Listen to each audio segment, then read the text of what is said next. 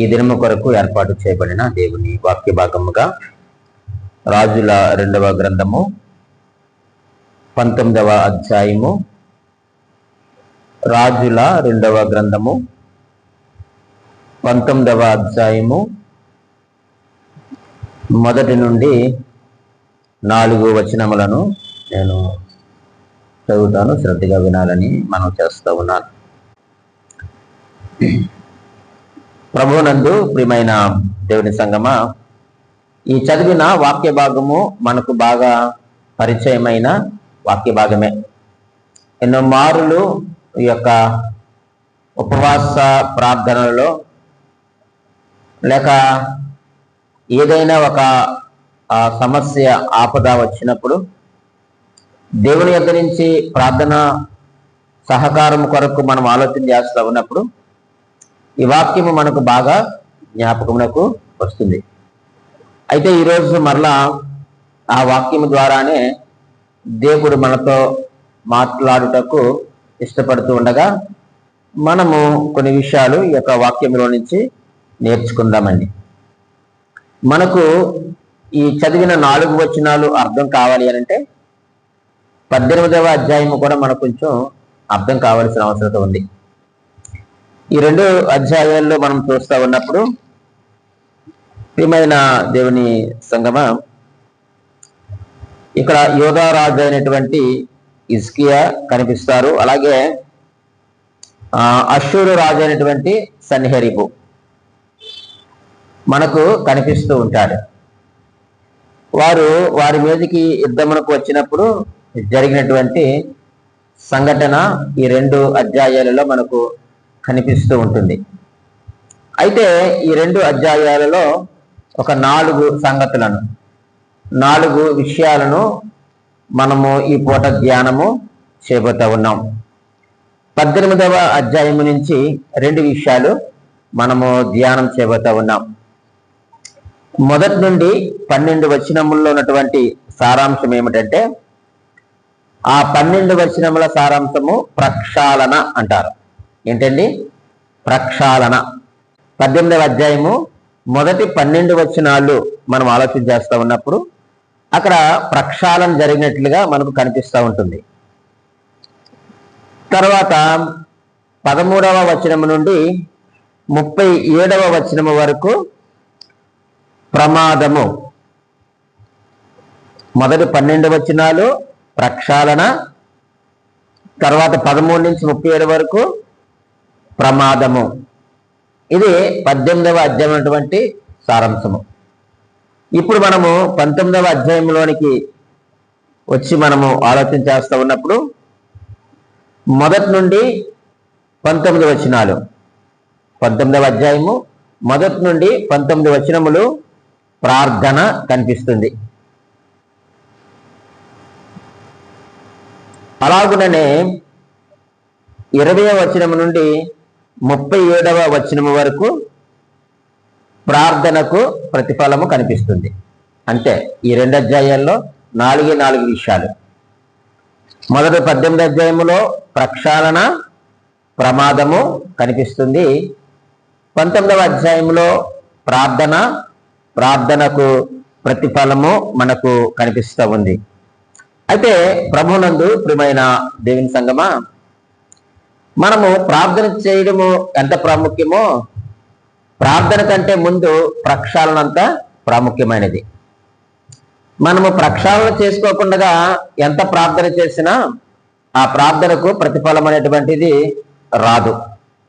అయితే మనం ఇక్కడ ఆలోచన చేస్తూ ఉన్నప్పుడు ప్రక్షాళన ఎలా జరిగింది? 18వ అధ్యాయము 4వ వచనాన్ని మనం చదువుకుందాం. మరి మొదటిది ప్రక్షాళన కదని చెప్పుకున్నాం. 18వ అధ్యాయం 4వ వచనాన్ని చదువుతారండి. ఉన్నత 3వ వచనం చదివితే ఇంకా బాగుంటుంది. తన పితరుడైన దావీదు చేసినట్లు అతడు యెహోవా దృష్టికి పూర్ణముగా నీతిని అనుసరించెను. విగ్రహములను పగలగొట్టి దేవతా స్తంభములను పడగొట్టి మోసే చేసిన ఇత్తడి సర్పమును చిన్నాభిన్నములుగా చేసెను. దానికి ఇశ్రాయేలీయులు నెహుష్టానను పేరు పెట్టి దానికి దూపము వేయించు ఉండిరి అనే మాట మనం చూస్తూ ఉన్నాం. చూడండి ప్రియమైన దేవుని సంగమా, ఇక్కడ హిజ్కియా చేసినటువంటి పని ప్రక్షాళన ఏంటయ్యానంటే, ఆ యొక్క దేశంలో లేకపోతే వారి యొక్క ప్రజల మధ్య ఉన్నటువంటి ఆ యొక్క విగ్రహారాధన ఏదైతే ఉందో దానిని మొదట ఏం చేశాడు చెప్పండి, తీసివేసేసాడు. ప్రార్థన కంటే ముందు ఆయన ఏం చేశాడయ్యానంటే ప్రక్షాళన చేశాడు. తన యొక్క దేశాన్ని ప్రక్షాళన చేసుకున్నాడు. అలాగే ఈరోజు మనము కూడా ప్రియమైన దేవుని సంగమా, దేవుని సన్నిధిలో మనం ప్రార్థిస్తూ ఉన్నప్పుడు మన యొక్క అంతరంగంలో మనం ఏం చేయాలి చెప్పండి, ప్రక్షాళన చేసుకోవాలి. అలాగే మనము కుటుంబ ప్రార్థన చేస్తా ఉన్నప్పుడు మన యొక్క కుటుంబమును మొదట మనం ఏం చేసుకోవాలి, ప్రక్షాళన చేయవలసిన అవసరం ఉంది. సంఘమైనా, కుటుంబమైనా, వ్యక్తిగతంగానైనా, దేశమైన, అంతరంగమైన మొదట మనం ఏమి చేయాలయ్యారంటే ప్రక్షాళన చేయవలసినటువంటి అవసరత ఎంతైనా ఉంది ప్రియమైన వారులరా.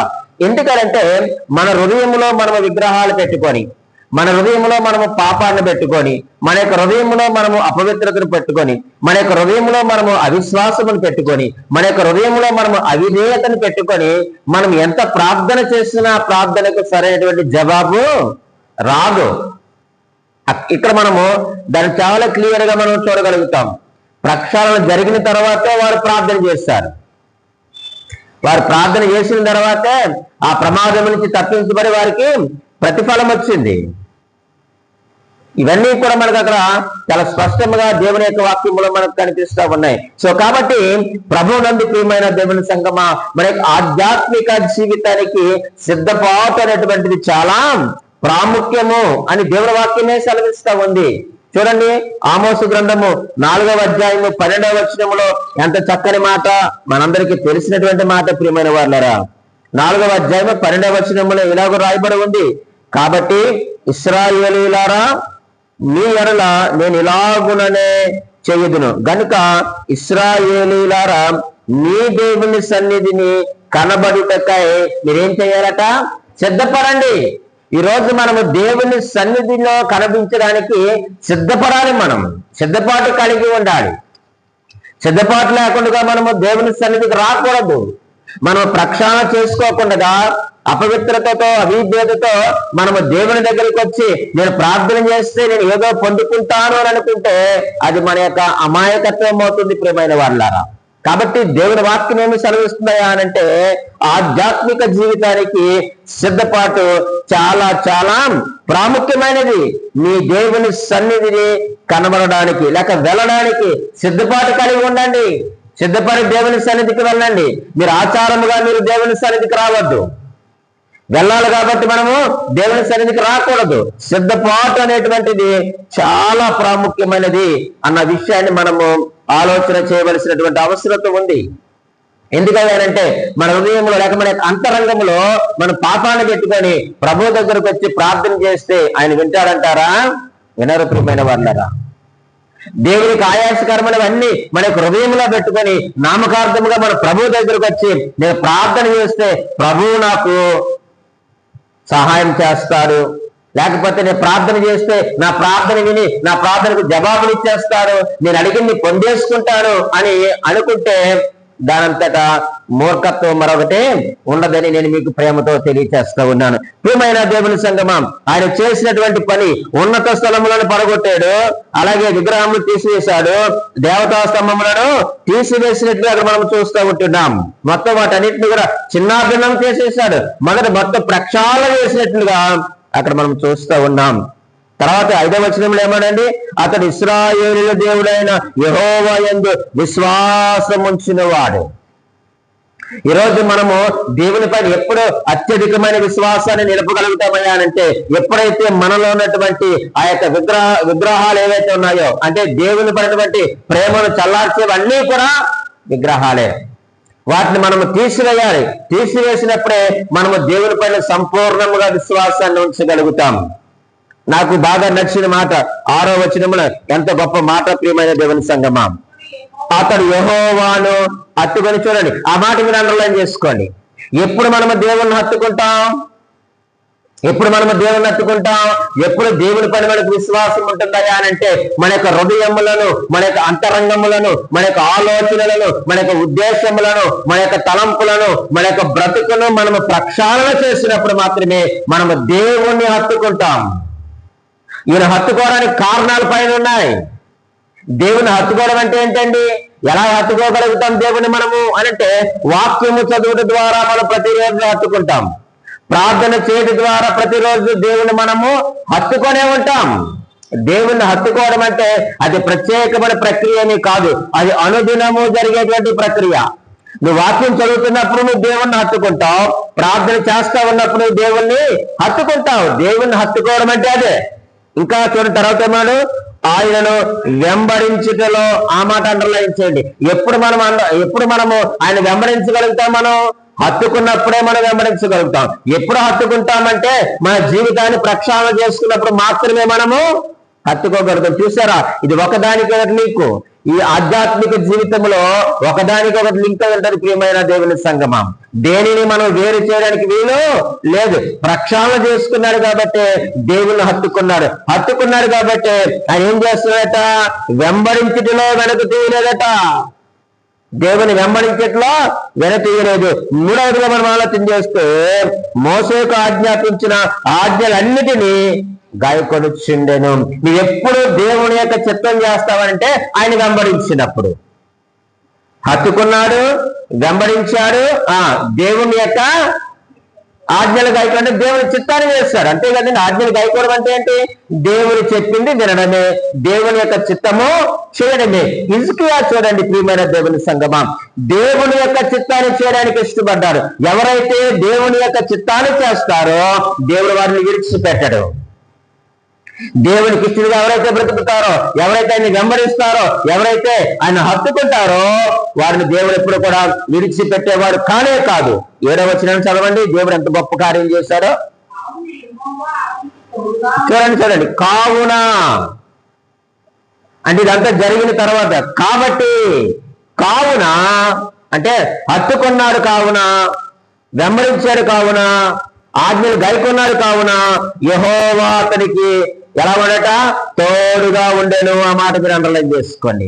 ఎప్పుడైతే నువ్వు దేవుని హత్తుకొని వెంబడించి ఆయన చిత్తాన్ని చేస్తావో ఖచ్చితంగా దేవుని యొక్క తోడు మనకుంటుంది. నీవు ఏ పరిస్థితుల్లో ఉన్నా, ఎటువంటి పరిస్థితులు కొనాలి వెళుతున్నా, నీ చుట్టూ ఎన్ని చిక్కులు పెట్టి పాపములు ఉన్నప్పటికీ నీ కూడా ఉన్నప్పుడు కూడా ఆయన మనకు తోడుగా ఉండి వాటన్నిటి నుంచి కూడా ఆయన మనం ఏం చేస్తారు చెప్పండి?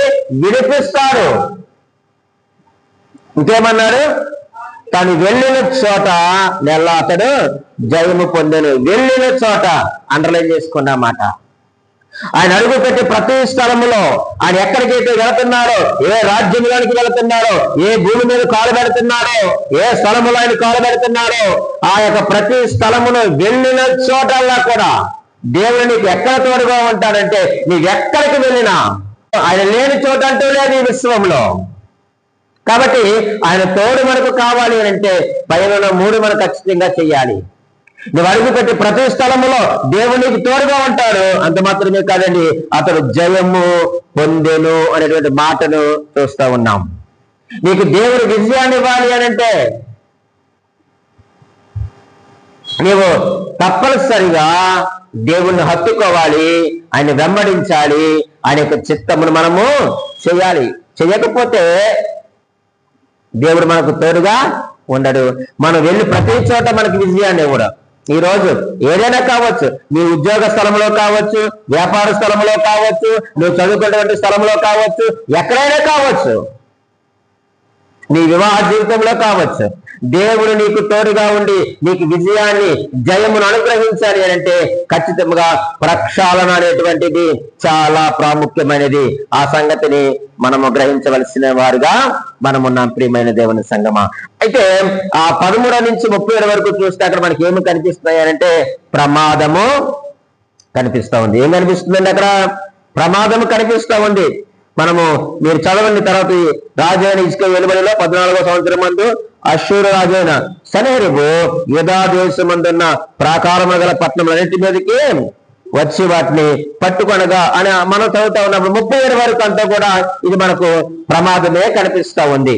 అయితే ఇప్పుడు మనము 19వ అధ్యాయంలోకి వచ్చేసాం. 18వ అధ్యాయంలో ప్రక్షాళన అయిపోయింది, ప్రమాదం ఉంది. అది మీరు 2 దగ్గర చదివితే ఆ ప్రమాదం మొత్తం మీకు అర్థమైపోతుంది. ఇప్పుడు మనం 19వ అధ్యాయంలోనికి మనం వచ్చేసాం. ఇప్పుడు 19వ అధ్యాయము మొదటి నుండి 19 వచనముల వరకు ఉన్న సారాంశం ఏంటి చెప్పండి? ప్రార్థన.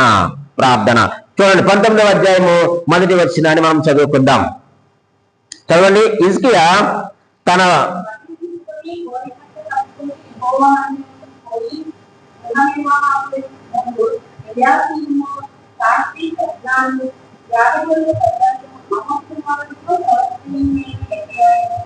చాలండి. ఈ 19వ అధ్యాయము మొదటి వచనంలో మనం చూస్తూ ఉన్నప్పుడు ప్రార్థన మనకు కనిపిస్తా ఉంది. ఎలా ప్రార్థన చేశాడట ఆయన? విని తన బట్టలు చింపుకొని. ప్రియమైన దేవుని సంగమా, ఈరోజు మనము పెదాలతో పదాలు వల్లిస్తాం, మన పెదాలతో పదాలు వల్లిస్తాం. కానీ మనం ప్రార్థన చేసినప్పుడు మన యొక్క హృదయాన్ని చింపుకోవాలి. ఏం చేయాలి చెప్పండి? హృదయాన్ని చింపుకోవాలి. ఇశ్రాయేల్లో ఉన్నటువంటి ఆనవాయితీ ఏంటంటే బట్టలు చింపుకోవడం అంటే హృదయము పగలడం అని అర్థం. బట్టలు చింపుకోవడం అంటే అర్థం ఏంటండి? హృదయము పగలడం. ఈ రోజు మన యొక్క హృదయము దేవుని దగ్గర పగలకుండా మనము ప్రార్థన చేస్తే ఆ ప్రార్థనకు జవాబును మనము పొందుకోలేము. మనం ఎంత విస్తారమైన గంభీరమైన ప్రార్థన పెదవులతో చేసినా ఆ ప్రార్థనకు రిజల్ట్ రానే రాదు. కానీ ఏం పగలాలి? మన హృదయం పగలాలి. మన యొక్క హృదయం ప్రక్షాళన కావించబడాలి. మన హృదయం పగలకుండా, మన హృదయాన్ని చింపుకొనకుండా మనం ఎంత ప్రార్థన చేసినా ఉపయోగం ఉండదు.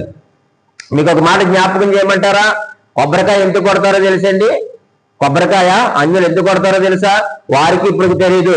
కొబ్బరికాయ కొట్టడం, అట్టిపండు పెట్టడం, అగరత్తులు వెలిగించడమే కానీ అసలు కొబ్బరికాయ ఎందుకు కొడతారయ్యా అంటే నాలో ఉండేటువంటి అహం, నాలో ఉండేటువంటి పాపం, నాలో ఉండేటువంటి దుష్టత్వం, నాలో ఉన్నటువంటి కఠినత్వం నేను నీ సన్నిధిలో వదులుతున్నాను లేక పగలగొట్టుకుంటున్నాను అని చెప్పడానికి సూచనప్రాయంగా వారు కొబ్బరికాయని కొడతారు. అంటే నా హృదయాన్ని నేను ఇక్కడ పగలగొట్టుకున్నాను, నాలో ఉన్నటువంటి అహం, నాలో ఉన్నటువంటి కోపం, నాలో ఉన్నటువంటి దుష్టత్వం, నాలో ఉన్నటువంటి కఠినత్వం, దీన్ని నేను నీ సన్నిధిలో నేను పగలగొట్టుకుంటున్నాను అని సింబాలిక్ గా చెప్పడానికే వారు కొబ్బరికాయ కొడతారు. కానీ వారికి ఇప్పటికీ తెలియదు అనుకోండి.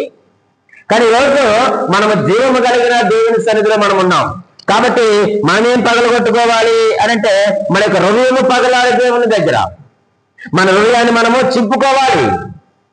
అలా చింపుకోకపోతే ప్రియమైన దేవుని సంగమా, మనము దేవుని సన్నిధిలో హృదయపూర్వకమైనటువంటి ప్రార్థన మనము చేయలేం. ఈరోజు ప్రార్థన చేస్తున్నప్పుడు మన యొక్క హృదయం పగిలిందా?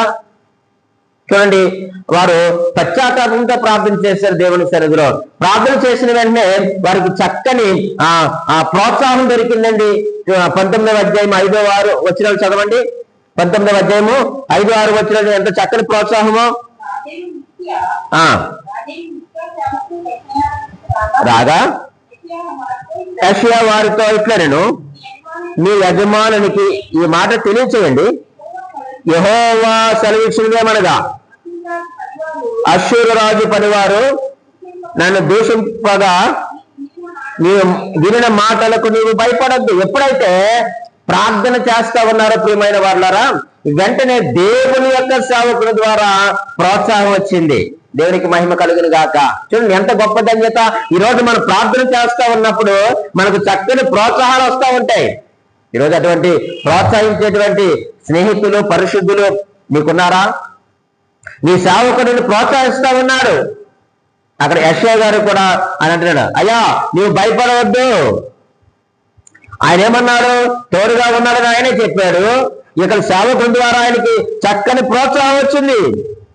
యెహోవా సెలవిస్తా ఉన్నాడు, అష్షూరు రాజు పనివారిని దూషింపగా నీవు వినిన మాటలకు నీవు భయపడద్దు.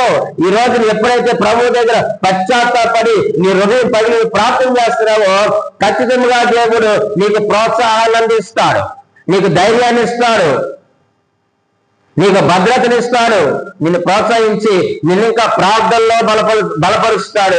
ఆధ్యాత్మిక జీవితంలో నిన్ను బలపరిచేటువంటి దేవుడు మనకున్నాడు. అయితే ప్రియమైన దేవుని సంగమం, మన హృదయం పగిలిందా?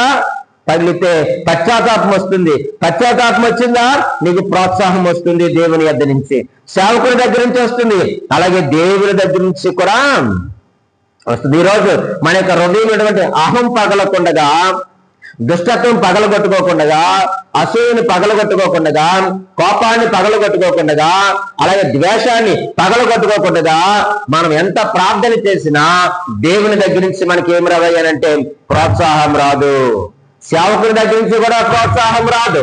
ఎందుకనంటే నీ క్రియలు బహిరంగంగా కనిపిస్తా ఉన్నప్పుడు ఎవరు నిన్ను ప్రోత్సహిస్తారు? అంతే కదండి. ఇక్కడ ఆటోనగర్ బస్ స్టాప్ దగ్గర రోజు పాపను బస్ ఎక్కించడానికి వెళ్ళినప్పుడు ఆ వైన్ షాప్ పక్కన ఒక మెంటల్ మనిషి ఉంటుంది. ఒక ముసలావిడే కానీ అదో టైప్ ఫిక్స్డ్ అనమాట. ఎవరైనా వెళ్తున్నారనుకోండి గుంపుకుని సిబ్బురు గట్టి గరిగేస్తూ ఉంటుంది. అటువంటి ఎవరు మాట్లాడతారు? ఎవరైనా మాట్లాడు. ఎందుకు? పిచ్చిది ఏం చేస్తుందో తెలీదు. కాబట్టి ప్రియమైన దేవుని సంగమా, దేవుడు మనల్ని ప్రోత్సహించాలి అంటే ఖచ్చితంగా మన యొక్క హృదయము పగలాలి. అంత మాత్రమే కాదండి, ఇంకొక మంచి ప్రోత్సాహం నేను మీకు చూపిస్తాను. 19వ అధ్యాయం 7వ వచనం చదవండి. చూడండి, అతనిలో ఒక ఆత్మను నేను పుట్టించును, అతను వదంతి విని తన దేశమునకు వెళ్ళిపోవును, తన దేశమందు కత్తి చేత అతని కోల చేయుదును. మన దేవుడు ఎంత గొప్పవాడయ్యాడంటే నీ ప్రార్థన విని నీకు ఎంత గొప్ప ప్రోత్సాహాన్ని ఇస్తున్నాడో తెలుసా? ఎవరైతే నీ పైన శత్రువుగా ఉన్నాడో, ఎవరైతే నిన్ను దూషిస్తున్నాడో, ఎవరైతే నిన్ను అవమానపరుస్తున్నాడో, ఎవరైతే నిన్ను చంపాలని చూస్తున్నాడో, ఎవరైతే నిన్ను హేళన చేస్తా ఉన్నాడో వాడి మాటలని దగ్గరికి రానివ్వను, వాడినే నేను దగ్గరకు రానివ్వను. 32 కూడా యాడ్ చేసి చదవండి, మంచి మాట ఉంటుంది అక్కడ. కాబట్టి అశ్షూరు రాజును గురించి యెహోవా సెలవిచ్చినది ఏమనగా, అతడు ఈ పట్టణంలోనికి రాడు. నువ్వు ప్రార్థన చేస్తే, విరిగి నలిగిన హృదయముతో నువ్వు ప్రార్థన చేస్తే, ఏదైతే నీ పైకి వస్తా ఉందో అది శత్రువు కావచ్చు, భయము కావచ్చు, మరణము కావచ్చు, అపవాది కావచ్చు, ఏదైనా కావచ్చు, వాటిని మీదకి వస్తా ఉన్నప్పుడు మన ప్రార్థన చేసినప్పుడు మన దేవుడు ఇచ్చేటువంటి ప్రోత్సాహం. నువ్వు భయపడవద్దు, వాడిని కత్తి చేత నేను చంపించేస్తాను అన్నాడు 7వ వచనంలో కదండి. ఎక్కడ చేస్తాడు? తన దేశంలోనే చేస్తాడు. నీ వరకు రాడు, యుద్ధ భూమిలో కావడు, కానీ తన ఇంటికి వెళ్ళిన తర్వాత తన దేశంలో కత్తి చేత చస్తాడు అని దేవుడు చాలా కరాఖండిగా గొప్ప ప్రోత్సాహాన్ని ఇచ్చాడు. ప్రియమైన దేవుని సంగమం, ఈరోజు మరి దేవుని యొద్ద నుంచి మన ప్రార్థనలకు ప్రోత్సాహం వస్తా ఉందా? సేవకుడిని ప్రోత్సహిస్తున్నాడు. నువ్వు ప్రార్థన చేసినప్పుడు, సేవకుడికి నువ్వు సమస్య చెప్పుకొని నువ్వు ప్రార్థించినప్పుడు సేవకుడిని ప్రోత్సహిస్తున్నాడా? ప్రోత్సాహం రావట్లేదని అంటే ఎక్కడో మన యొక్క హృదయంలో ఇంకా కఠినత్వము మిగిలిపోయిందేమో ఒకసారి మనము ఆలోచన చేసుకుందాం. కాబట్టి ప్రభువునందు ప్రియమైన దేవుని సంగమా, ప్రక్షాళన చూసాం, రెండవదిగా ప్రార్థన చూసాం, మూడవదిగా ప్రతిఫలాన్ని చూద్దాం. 20వ వచనం నుంచి మనం ఆలోచన చేస్తే 37వ వచనం వరకు ఏముంటుందయ్యా అంటే అక్కడ ప్రతిఫలము మనకు కనిపిస్తుంది. 35వ వచనాన్ని చదవండి. ఆ రాత్రి యెహోవా దూత బయలుదేరి అష్షూరు వారి దండుపేటలో వచ్చి 185,000 మందిని హతము చేసెను. ఉదయమున జనులేచి చూడగా వారందరూ మృత కళేబరములే ఉండేది. దేవునికి మహిమ కలుగును గాక. ఎప్పుడైతే ఆయన పశ్చాత్తాపంతో ప్రార్థన చేస్తాడో దేవుడు చక్కని ప్రతిఫలం ఇచ్చాడు. ఒక మాట అండి, 185,000 మందిని ఎన్ని రోజులు చంపగలవండి యుద్ధంలో కత్తి చేత? ఏంటి, ఒక 10,000 మంది 20,000 మంది అంటేనే పెద్ద యుద్ధం జరుగుతుంది. 185,000 మందిని కత్తి చేత చంపాలి అంటే ప్రియమైన వాళ్ళరా అది చాలా రోజులు పడుతుంది. కానీ ఎప్పుడైతే మనము పశ్చాత్తాపముతో పగిలిపోయి మనం దేవుని దగ్గర ప్రార్థన చేస్తామో అటువంటి వారికి ఆయన సహాయం చేయకుండా ఉండడు. తన దూతను పంపించాడు. ఆ వచ్చినటువంటి ఆ యొక్క దండంతా కూడా 185,000 మందిని కూడా ఏం చేశాడు చెప్పండి? చంపి పాతి పెట్టేశాడు దేవుడు. ప్రతిఫలము 145వ కీర్తన 18వ వచనంలో ఒక మంచి మాట ఉంటుంది చూడండి.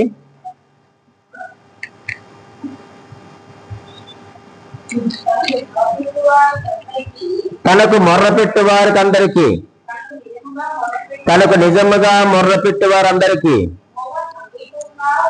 యెహోవా ఏమైనాడట? సమీపముగా ఉన్నాడు. నీ చుట్టూ 1,85,000 మంది కాదు, దానికి 10 రెట్లు శత్రువులు వచ్చినప్పటికీ ఆయనకు నిజముగా మనం మొరపెడితే కదండి, వారందరికీ కూడా ఆయన ఎలా ఉన్నాడట? సమీపముగా ఉన్నాడు. ఆయన నీ ప్రక్కనే ఉన్నాడు, నీకు తోడుగా ఉన్నాడని మనం ముందు అధ్యాయంలో అక్కడ చదివే అతని గురించి. తోడై ఉంటానన్నాడు. తోడై ఉన్నాడు. నీ వెళ్ళి తోటనెల్లా కూడా నీకు విజయాన్ని ఇస్తానన్నాడు. అలాగనే దేవుడు హిజ్కియాకి ఏమి ఇచ్చాడు చెప్పండి? విజయాన్ని ఇచ్చాడు, తోడుగా ఉన్నాడు. నీవెంతటి నిస్సహాయ స్థితిలో ఉన్నప్పటికీ కూడా నీవు ఆయనకు నిజముగా నీవు మొర్ర పెడితే, పశ్చాత్తాపముతో మొర్ర పెడితే, విరిగి నలిగిన హృదయంతో మొర్ర పెడితే ఆయన నీకేం చేశారు చెప్పండి? తోడుగా ఉండి సమీపముగా ఉండి నీకు విజయాన్ని ఇచ్చేటువంటి దేవుడు. అటువంటి దేవుణ్ణి నీవు విడిచిపెట్టి అటువంటి దేవునికి మనము దూరముగా జీవిస్తే మన విజయాలు మనము పొందుకోలేమని ప్రేమపూర్వకముగా మీకు నేను తెలియజేస్తా ఉన్నాను. ప్రియమైన దేవుని సంగమం, మరొక మాట మనం ఆలోచించేద్దాం. ప్రతిఫలము దేవుడు చెప్పాడు కదా, ఏమని? తన దేశమందు కత్తి చేత అతడు చచ్చిపోతాడు, అతడు ఈ పట్టణంలోనికి రాడు అన్నాడు. అన్నట్టుగానే ప్రియమైన వాళ్ళరా చూడండి, 19వ అధ్యాయము మనము 37వ వచనంలో మనం చూస్తే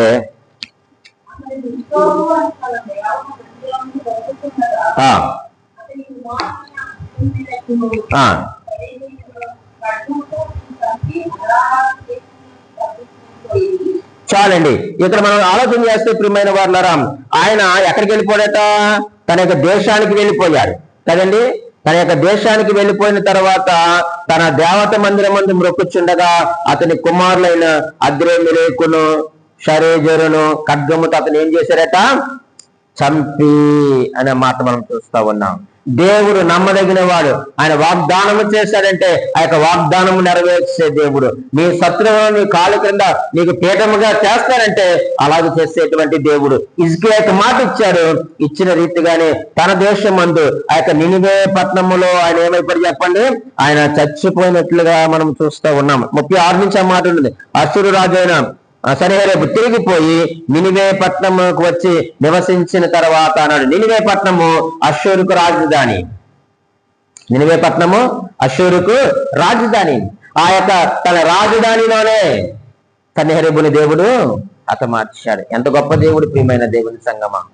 కానీ ఆ యొక్క సన్హెరీబు చాలా గొప్ప గొప్ప మాటలు, చాలా పెద్ద పెద్ద మాటలు మాట్లాడినట్లుగా మనం ఆ ప్రమాదంలో మనం చదువుతాం.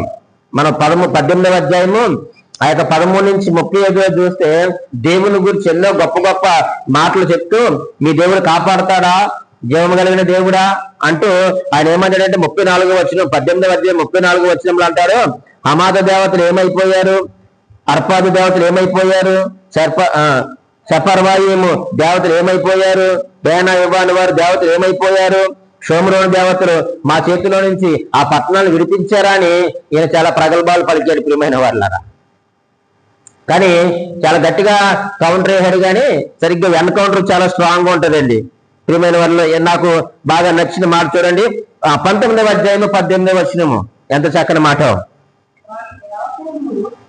అగ్నిలో వేసినది నిజమే, ఆ రాజ్యముల దేవతలు నిజమైన దేవుళ్ళు కాక మనుషుల చేత చేయబడిన కర్రలు రాళ్లే గనుక వారు నిర్మూలన చేసిరి. అబ్బా, వారు విగ్రహాలు, వారు దేవతలు, వారు మనుషులు చేసిన వారు కాబట్టి మీరు వెళ్ళి వారిని ఏం చేశారు? మీరు నిర్మూలన చేశారు. కానీ 19వ వచనం అంటున్నాడు, యెహోవా మా దేవా, లోకమందున్న సమస్త జనులు నీవే నిజముగా అద్వితీయ దేవుడవని యెహోవా అని తెలుసుకున్నట్లుగా అతని చేతిలో నుండి మమ్మను రక్షించుము అన్నాడు. 15వ వచనంలో ఇంకా మంచి ప్రార్థన మీకు ఉంటుంది, తర్వాత మీరు చదువుకోండి. కానీ అష్షూరు రాజు సన్హెరీబు మాట్లాడే మాటలు మనం చూస్తే చాలా భయంకరమైన మాటలు మాట్లాడాడు. వాటికి ఎన్కౌంటర్ గా నిజమే వాళ్ళు దేవతలు, వాళ్ళు కదండి, నిజమైన దేవుళ్ళు కాదు, మనుషుల చేత చేయబడిన వారు కర్రలో రాళ్ళు కనుక మీరు వెళ్ళి వారిని ఏం చేశారు చెప్పండి? నిర్మూలన చేసేసారు. కానీ మా దేవుడు అటువంటి వాడు కాదు. మా దేవుడు అటువంటి వాడు కాదు. లోకమందున్న సమస్త జనులు నీవే నిజముగా అద్వితీయ దేవుడు అని యెహోవాను తెలుసుకున్నట్లు అతని చేతిలో నుంచి మమ్మల్ని రక్షించు. ఇవన్నీ కూడా ఆయన ప్రార్థనలో అవి.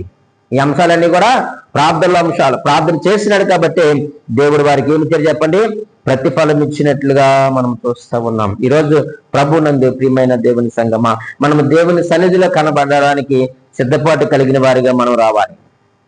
ఎలా రావాలండి? సిద్ధపాటు కలిగిన వారిగా మనం రావాలి. సామెతల గ్రంథము 15వ అధ్యాయము 8వ వచనంలో కూడా ఈ మంచి మాట రాయబడి ఉంటుంది. చూడండి, సామెతల గ్రంథము 15వ అధ్యాయము 8వ వచనములో ఈ మంచి మాట చూడండి.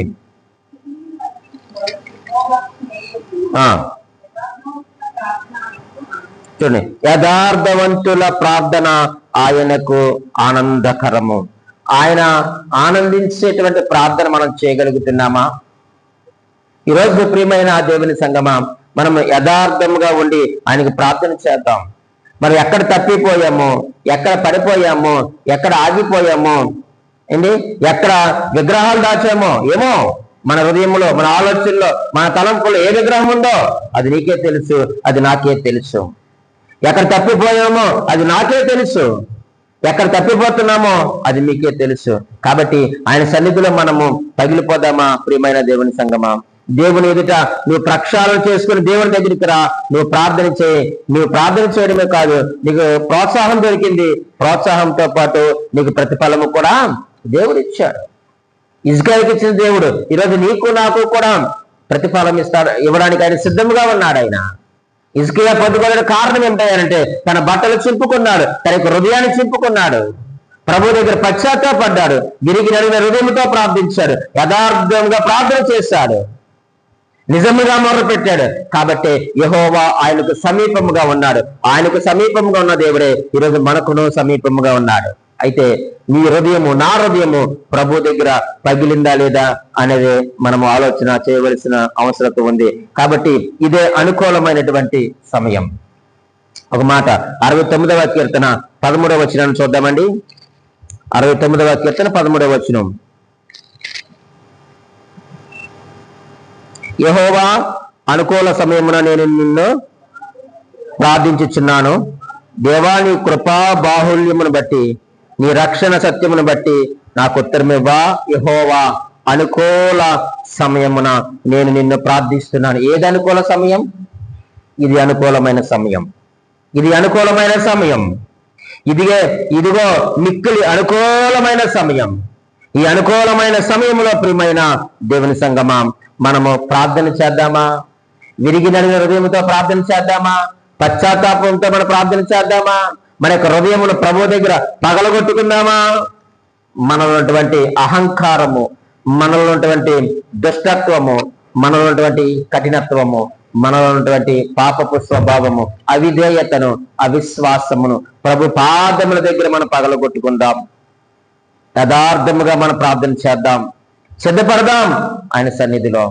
ఆధ్యాత్మిక జీవితానికి సిద్ధపాటు చాలా చాలా చాలా ప్రాముఖ్యమైనదైన సత్యాన్ని మనం గ్రహించి, ఆనాడు హిజ్కియా ఎలాగైతే ఆయన తోడును సంపాదించుకున్నాడో, ఎలాగైతే ఆయన ద్వారా విజయాలు పొందుకున్నాడో, ఈరోజు మనము మన కుటుంబాలు కూడా ఆయన తోడు, ఆయనకి విజయాలు మనము పొందుకోవాలి అంటే ఆయన హత్తుకోవాలి, ఆయన్ని వెంబడించాలి, ఆయన చిత్తాన్ని మనము జరిగించాలి. అలా జరిగించినప్పుడే నీకు ప్రోత్సాహం వస్తుంది. ప్రోత్సాహంతో పాటు నీకు నాకు ప్రతిఫలాన్ని కూడా దేవుడు అనుగ్రహిస్తాడు. అట్టి కృప దేవుడు మనకి అనుగ్రహించునుగాక. ఆమేన్.